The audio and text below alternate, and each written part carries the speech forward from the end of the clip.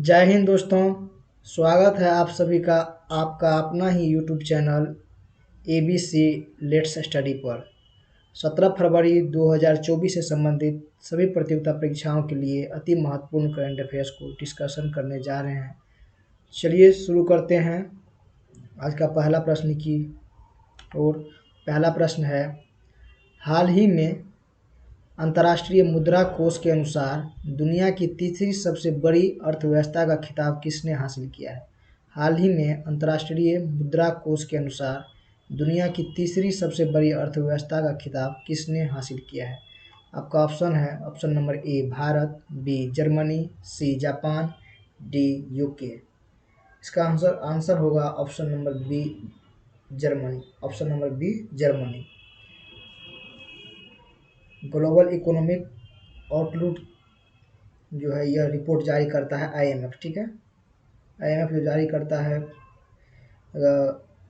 Report जारी करता है ग्लोबल इकोनॉमिक आउटलुक, ठीक है। और GDP के अनुसार जो है सबसे पहला नंबर पे जो है USA है, दूसरे नंबर पे चाइना है, तीसरे नंबर पे जर्मनी है और चौथे नंबर पर जापान है। पहले तीसरे नंबर पर जापान था, उसे पछाड़ कर जो है जर्मनी तीसरे नंबर पे आ चुका है और जापान अब चौथे नंबर पे पहुंच चुका है। जर्मनी की राजधानी कहाँ है? बर्लिन है, ठीक है। यहाँ पर ही सबसे पहले जो है कॉप फर्स्ट का आयोजन हुआ था, बर्लिन में ही हुआ था, ठीक है। और जर्मनी में जो हिटलर था उसका ऑटोग्राफी का क्या नाम है? मीन कॉफ नाम है, ठीक है। हिटलर के ऑटोग्राफी का क्या नाम है? मीन कॉफ नाम है, ठीक है। जर्मनी का जो संविधान है वेमर संविधान कहा जाता है, उसको वेमर संविधान कहा जाता है जर्मनी को, संविधान को। आपातकाल में जो है फंडामेंटल राइट का प्रावधान यहीं से लिया गया है। आपातकाल में फंडामेंटल राइट का प्रावधान यहीं से लिया गया है। आर्टिकल 20 और 21 जो है कभी खत्म नहीं होते हैं, ठीक है। आपातकाल में भी जो है आर्टिकल 21 और 20 कभी खत्म नहीं होते हैं।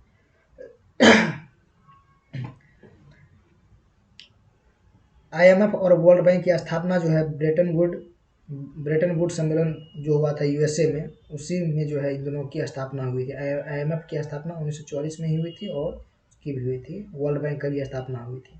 दोनों का हेडक्वार्टर जो है वाशिंगटन DC में ही है। IMF में जो है 190 देश है और हाल ही में जो नया देश इसमें जुड़ा है उसका नाम एंडोरा है, ठीक है। और विश्व का काला क्षेत्र जो है रूर क्षेत्र, ये भी जो है जर्मनी में ही है।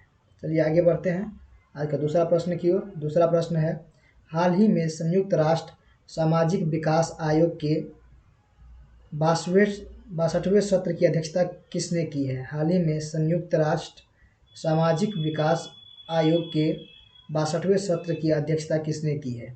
आपका ऑप्शन है option number A Qatar, B Poland, C Bharat, D Britain. इसका आंसर होगा option number C Bharat. Option number C Bharat. 62वें सत्र की अध्यक्षता जो है भारत ने की है, ठीक है। संयुक्त राष्ट्र सामाजिक विकास आयोग का 62वें सत्र की अध्यक्षता जो है भारत ने की है, ठीक है। यह सत्र जो है 2024 में हुआ है, 62वां सत्र है।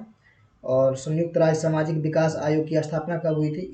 ये आयोग जो है संयुक्त राष्ट्र सामाजिक विकास आयोग, इसकी जो स्थापना हुई थी 1995 में हुई थी, 1995 में 1995 में जो है इसकी स्थापना हुई थी, ठीक है। अध्यक्ष जो है भारत ने किया, भारत की रुचिरा कंबोज ने किया है, ठीक है।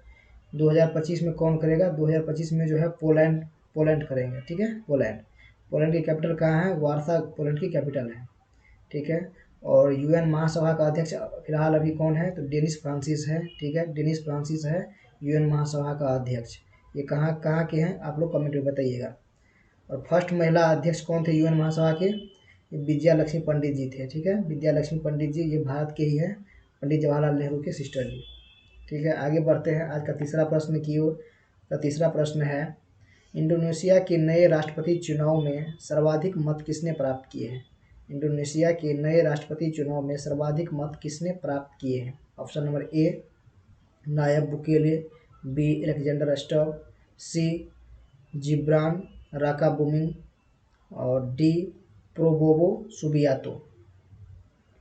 कौन किया है सबसे ज़्यादा? तो ये जो है कि ये है ऑप्शन नंबर डी प्रोबोवो प्रोबोगो सुबियातो, इन्होंने जो है सबसे ज़्यादा मत प्राप्त किए हैं। ठीक है।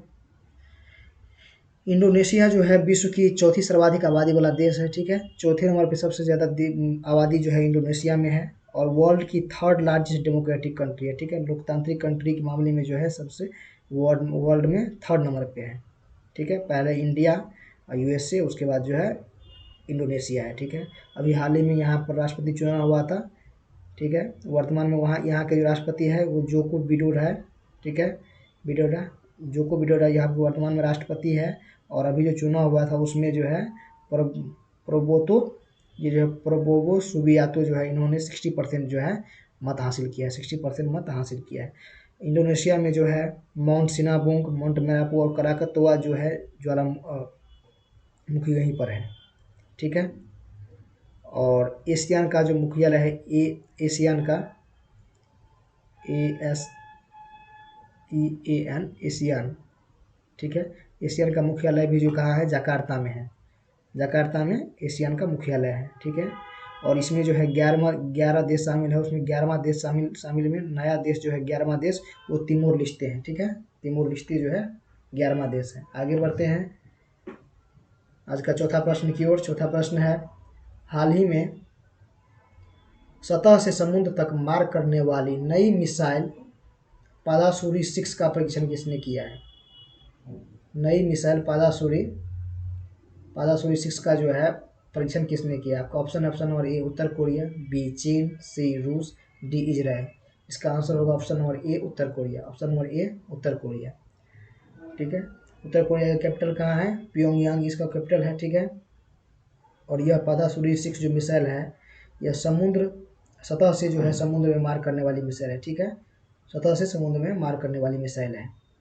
समुद्री सुरक्षा के लिए इन्होंने जो है यह लॉन्च किया है, इसका परीक्षण भी किया है। और अभी ये जो है अभी उत्तर कोरिया का कैपिटल कहाँ है? उत्तर कोरिया का प्योंगयांग है। और यहाँ की मुद्रा क्या है? वॉन यहाँ की मुद्रा है। और चाइना की कैपिटल कहाँ है? बीजिंग चाइना की कैपिटल है। और यहाँ की मुद्रा कौन सी है? रेमनबी यहाँ की मुद्रा है। रसिया की कैपिटल, रूस की राजधानी कौन सी है? मॉस्को इसकी राजधानी है और रूबल इसकी करेंसी है। इजराइल का राजधानी कहाँ है? जेरूसलम राजधानी है और न्यू शेकेल जो है यहाँ की करेंसी है। नॉर्थ कोरिया और साउथ कोरिया को जो है 38 डिग्री जो है अक्षांश विभाजित करती है। ठीक है। नॉर्थ कोरिया और साउथ कोरिया को 38 डिग्री जो है त्रिय अक्षांश ये विभाजित करती है। और यूएसए और कनाडा के बीच में 49 डिग्री जो है विभाजित करती है। ठीक है। आगे बढ़ते हैं आज का 5वां प्रश्न की ओर। 5वां प्रश्न है, हाल ही में एलीट 500 टेस्ट विकेट क्लब में शामिल होने वाले दूसरे भारतीय गेंदबाज कौन है? हाल ही में एलीट 500 टेस्ट विकेट क्लब में शामिल होने वाले दूसरे भारतीय गेंदबाज कौन है? ऑप्शन नंबर ए है रविंद्र जडेजा, बी रविचंद्रन अश्विन, सी मोहम्मद शमी और डी कुलदीप यादव। इसका आंसर होगा option number B Ravichandran Ashwin. ठीक है। रविचंद्रन अश्विन तो ये दूसरे नंबर के भारतीय हैं जिन्होंने 500 विकेट ले लिए हैं टेस्ट में। ठीक है। उन्होंने शामिल हुआ। तो पहले नंबर का कौन है? पहले नंबर का जो है अनिल कुंबले साहब है। ठीक है। और 500 से ज़्यादा विकेट लेने वाले जो है विश्व में सबसे ज़्यादा विकेट लेने वाला जो है कौन है? मुथैया मुरलीधरन है, श्रीलंका के हैं। ये 800 विकेट लिए हुए हैं। ठीक है। 800 विकेट लिए हुए हैं टेस्ट में। और फर्स्ट भारतीय अनिल कुंबले हैं और सेकेंड भारतीय तो आर अश्विन बने हैं। और सबसे तेज जो है आर अश्विन ही बने हैं भारतीय में। ठीक है। और इंग्लैंड के खिलाफ जो है कल पूरे किए हैं 500 विकेट। और ये जो 800 विकेट लिए थे मुथैया मुरलीधरन, उसका ऑटोबायोग्राफी का नाम है 800। ठीक है। 800 उनके ऑटोबायोग्राफी का नाम है। ठीक है। वाइड एंगल किनकी बुक है? अनिल कुंबले की बुक है वाइड एंगल। ठीक है। वाइड एंगल अनिल कुंबले की बुक है। और the test of my life किसकी बुक है? युवराज सिंह की बुक है the test of my life. Playing it's my way किसकी है? सचिन तेंदुलकर की बुक है। और स्ट्रेट फ्रॉम द हार्ट किनकी बुक है? ये कपिल देव साहब की बुक है। इनको हरियाणा हरिकेन भी कहा जाता है। ठीक है। आगे बढ़ते हैं। और मोहम्मद शमी जो है हाल ही में इनको अर्जुन पुरस्कार मिला है 2000, तो इसका भी हाल ही में अर्जुन पुरस्कार मिला है। चलिए आगे बढ़ते हैं। छठा प्रश्न है, हाल ही में भारतीय रिजर्व बैंक ने किस पड़ोसी देश के 7, यूपीआई को जोड़ने के लिए समझौता किया है? हाल ही में भारतीय रिजर्व बैंक ने किस पड़ोसी देश के साथ यूपीआई को जोड़ने की समझौता किया है? Option number A Nepal, B Myanmar, C Maldives, D Bangladesh. इसका आंसर होगा ऑप्शन नंबर ए नेपाल। ठीक है, अभी जो है यूपीआई सब जगह के साथ जोड़ा जा रहा है, अलग अलग देशों के साथ जो है यूपीआई चालू किया जा रहा है। तभी हाल ही में नेपाल के साथ किए हुए हैं। ठीक है, किए हैं।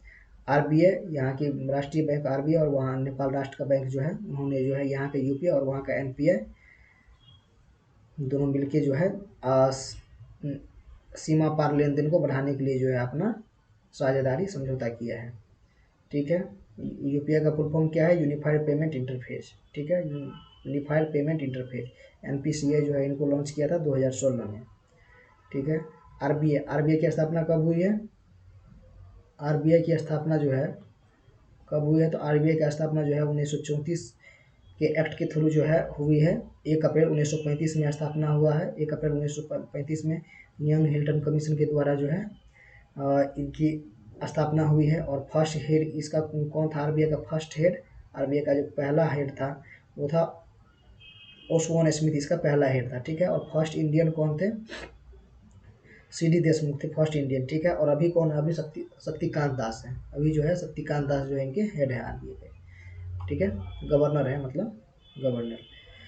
और यूपीआई जो है अरब देश कौन सा है जिन्होंने यूपीआई को लागू किया है? पहला देश यूपीआई को लागू करने वाला अरब, तो ये यूएई में जो है लागू चालू किया है। ठीक है, और यूरोपीय देश कौन सी है? यूरोपीय फ्रांस है। ठीक है, फ्रांस है। आगे बढ़ते हैं। आज का 7वां प्रश्न क्यों? 7वां प्रश्न है, हाल ही में सरकारी ई मार्केट प्लेस से 1 लाख करोड़ रुपये से अधिक की खरीदारी करने वाला पहला मंत्रालय कौन सा बना है? ठीक है, पहला मंत्रालय कौन सा बना है?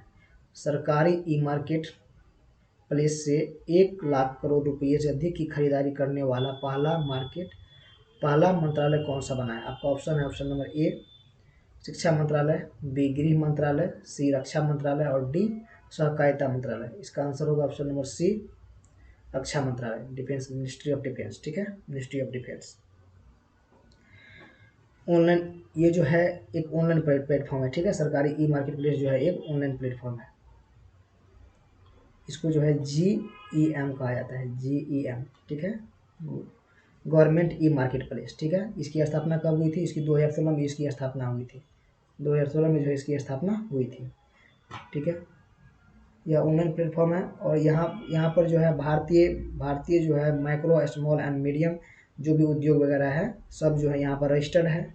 ठीक है, इस पर रजिस्टर किया हुआ है।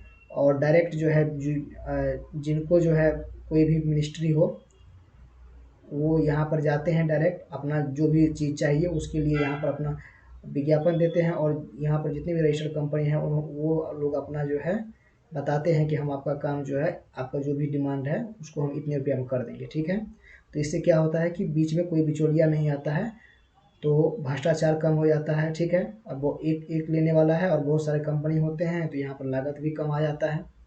ठीक है, तो इसमें जो है रक्षा मंत्रालय 1 करोड़ से ज़्यादा का अभी खरीदारी की है इसी प्लेटफॉर्म से। ठीक है, आगे बढ़ते हैं। आज का 8वां प्रश्न की ओर। 8वां प्रश्न है, हाल ही में वृक्षारोपण में सामुदायिक भागीदारी को प्रोत्साहित करने के लिए वन मित्र योजना किसने प्रारंभ की है? हाल ही में वृक्षारोपण में सामुदायिक भागीदारी को प्रोत्साहित करने के लिए वन मित्र योजना किसने प्रारंभ किया है? आपका ऑप्शन है, option number A Punjab, B Gujarat, C Rajasthan, D Haryana. इसका आंसर होगा option number D Haryana, option number D Haryana. ठीक है, जहाँ पर वन नहीं है वहाँ पर जो है वन लगाना इसका लक्ष्य है। और यहाँ के जो सीएम है मनोहर लाल खट्टर साहब जो है यहाँ के सीएम है। ठीक है, इन्होंने यह चीज़ लॉन्च की है। और हरियाणा की कैपिटल कहाँ है? चंडीगढ़ कैपिटल है। पंजाब की जो है कैपिटल चंडीगढ़ ही है। ठीक है, इन दोनों के कोर्ट भी जो है चंडीगढ़ में ही है। चलिए आगे बढ़ते हैं। अब आज का 9वां प्रश्न है, भारत में पहली हेलीकॉप्टर आपातकालीन चिकित्सा सेवा कहाँ प्रारंभ हुई? पहली हेलीकॉप्टर आपातकालीन चिकित्सा सेवा कहाँ प्रारंभ हुई है?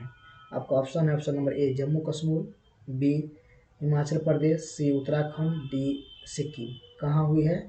इसका आंसर होगा option number C Uttarakhand. Option number C Uttarakhand में हुई है। ठीक है, HEMS। ठीक है, HEMS helicopter emergency medical services. ठीक है, HEMS जो है शुरू हुआ है HEMS helicopter emergency medical services. ठीक है, ये शुरू हुआ है, भारत की पहली है ये।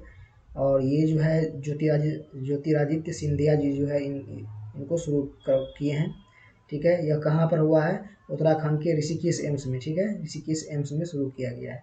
ये जो है इनका लक्ष्य है कि 150 किलोमीटर एरिया के अंदर कोई भी दुर्घटना होगा तो जो डायरेक्ट जो है ये तुरंत वहाँ पर राहत पहुँचाया जाएगा हेलीकॉप्टर के द्वारा। ठीक है, और उत्तराखंड में ही जो है फर्स्ट कार्टोग्राफी संग्रहालय जो है बना है उत्तराखंड में ही। फर्स्ट कार्टोग्राफी मतलब मैप की स्टडी करने के लिए जो संग्रहालय बना है वो उत्तराखंड में ही बना है। और 4 मीटर का लिक्विड मिरर जो है बना था वो भी उत्तराखंड में ही बना है। ठीक है, आगे बढ़ते हैं आज का 10वां प्रश्न की ओर, 10वां और आखिरी प्रश्न की ओर। आज का 10वां प्रश्न है, हाल ही में भारतीय रेलवे खानपान और पर्यटन निगम लिमिटेड के चेयरमैन और एमडी के पद पर किसे नियुक्त किया गया है? ऑप्शन नंबर ए है निखिल जोशी, बी संजय कुमार जैन, सी रंजीत कुमार अग्रवाल और डी चरणजोत सिंह नंदा। किसे किया गया है? इसका आंसर होगा option number B Sanjay Kumar Jain. Option number B Sanjay Kumar Jain. ठीक है, IRCTC। ठीक है, इसका नाम IRCTC है, भारतीय रेलवे खानपान और पर्यटन निगम लिमिटेड। ठीक है, IRCTC। ठीक है, इंडियन, इसका full form Indian railway catering and tourism corporation limited. ठीक है, इसके चेयरमैन और MD जो है अभी बने हैं संजय कुमार जैन जी बने हैं, और रंजीत कुमार अग्रवाल कौन है? ये भी जो है हाल ही में बने हैं ICA का जो है चेयरमैन, ये भी बने हैं अभी हाल ही में। ठीक है, और कुछ रैंक जान लेते हैं कि भारत का रैंक जो है कौन कौन से चीज़ों में कितनी कितनी रैंक है, कौन कौन सी संस्थाएं कितनी कितनी रैंक हमारी दिए हुए हैं तो वर्ल्ड में। तो फुटबॉल में जो है हमारा रैंक है 117वां रैंक है। ठीक है, 117वां रैंक जो है हमारा फुटबॉल में है। और सेना में जो है वही फायर पावर इंडेक्स में, इसमें जो है 4था नंबर रैंक है। खुशहाली में जो है रैंक कितना 126 नंबर रैंक खुशहाली में है, 126 खुशहाली में रैंक है। और शांति में भी जो है 126 है। और जेंडर गैप में जो है 127 रैंक है। 127 रैंक किसमें है? जेंडर गैप में। ठीक है, भुखमरी में जो है 111वां रैंक है, 111वां रैंक भुखमरी में है।